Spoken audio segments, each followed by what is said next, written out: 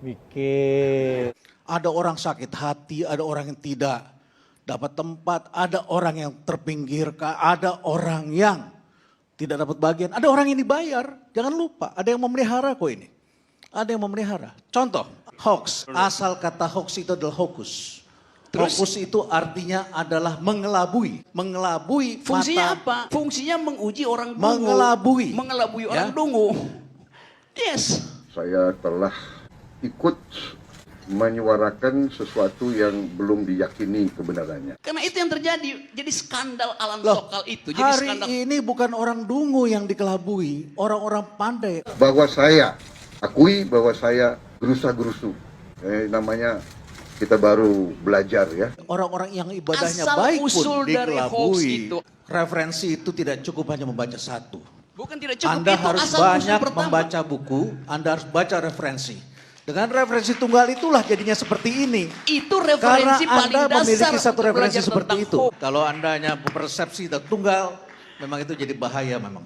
Kita tidak memahami itu, mungkin juga bahasa Inggrisnya kacau.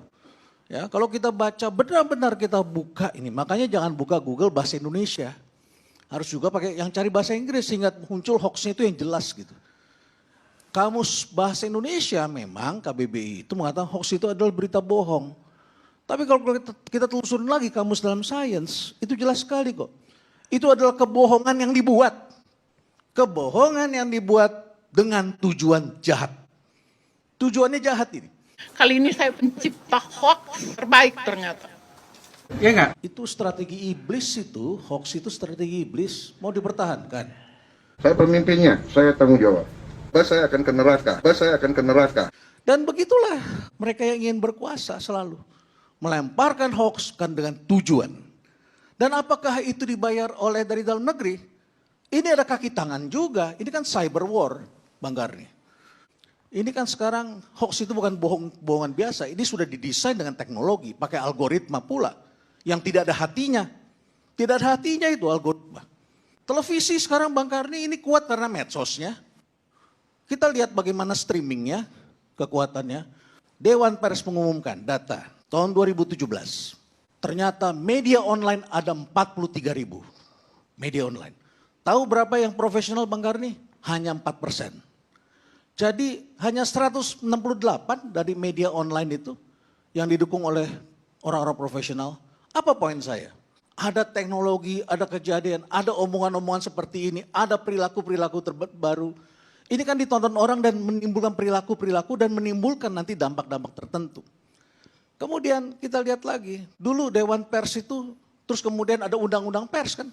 Pers mengatur, ada gatekeepernya, ada kode etiknya. Bang Karni ini ngomong juga ada kode etiknya. Tidak bisa sembarangan.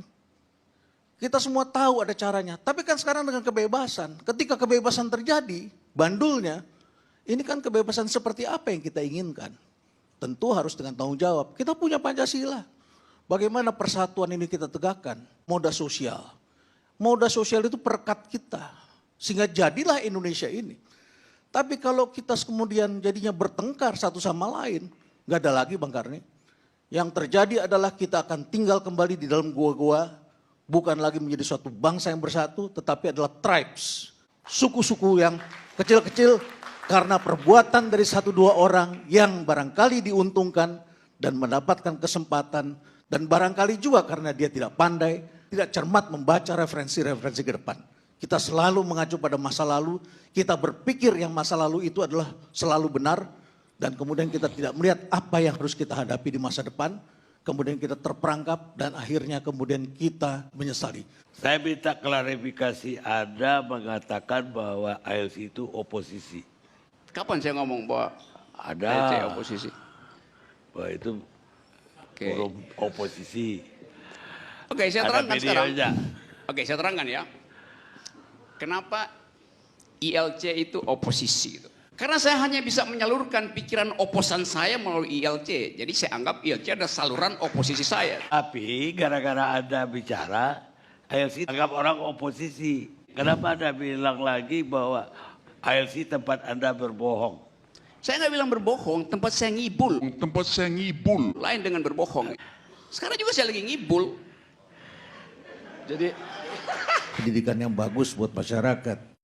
Nggak taunya kita cuma dikasih ngibul aja. Bikin